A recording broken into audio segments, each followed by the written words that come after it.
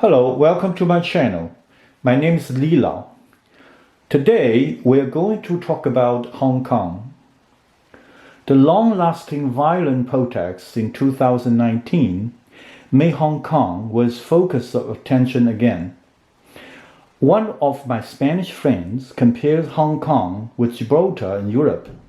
They were both British overseas territories. He asked, why does Gibraltar still remain under the British rule, despite Spain's repeated attempts to get it back, while Hong Kong was handed over to China 22 years ago?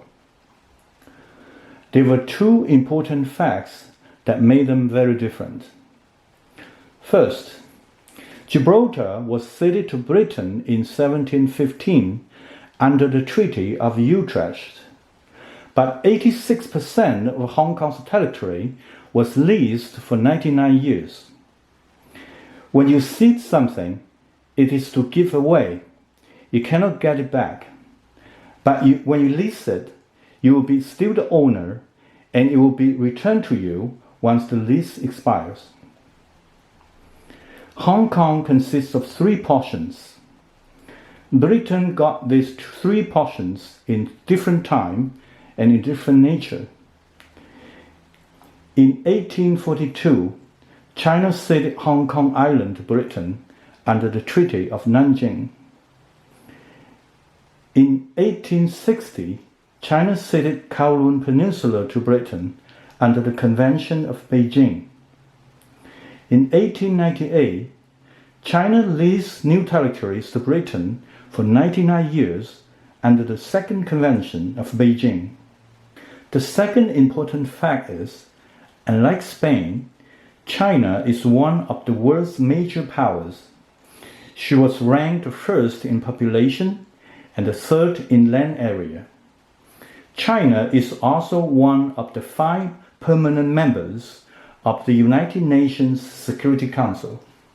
In the 1980s, Britain started preliminary negotiations with China on Hong Kong's future. Let's see where they stand.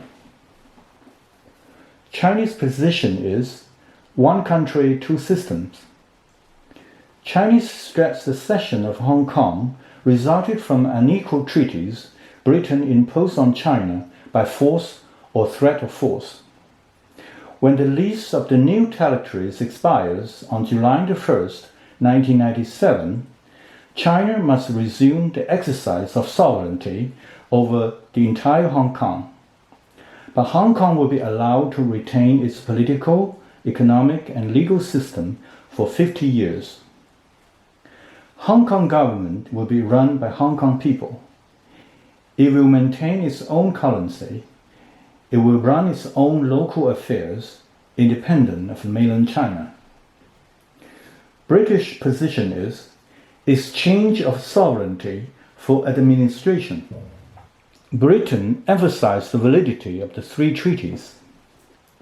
Britain still legitimately have the sovereignty of the Hong Kong Island and Kowloon Peninsula even after 1997. But considering the new territories have been completely integrated with Hong Kong and Kowloon, they propose Britain be allowed to continue their administration over Hong Kong if they agree to transfer the sovereignty of Hong Kong to China in 1997. China refused, saying sovereignty is unnegotiable and sovereignty and administration are inseparable.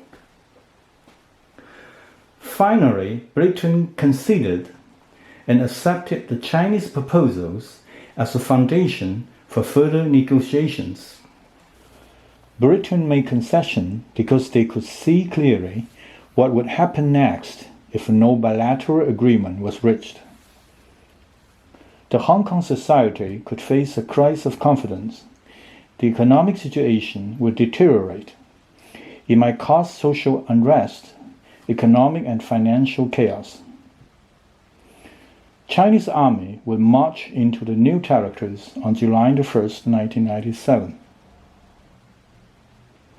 They would blockade Kowloon and Hong Kong Island cut off supplies and water and power, or even take them over by military forces, and Britain would have no way to stop them.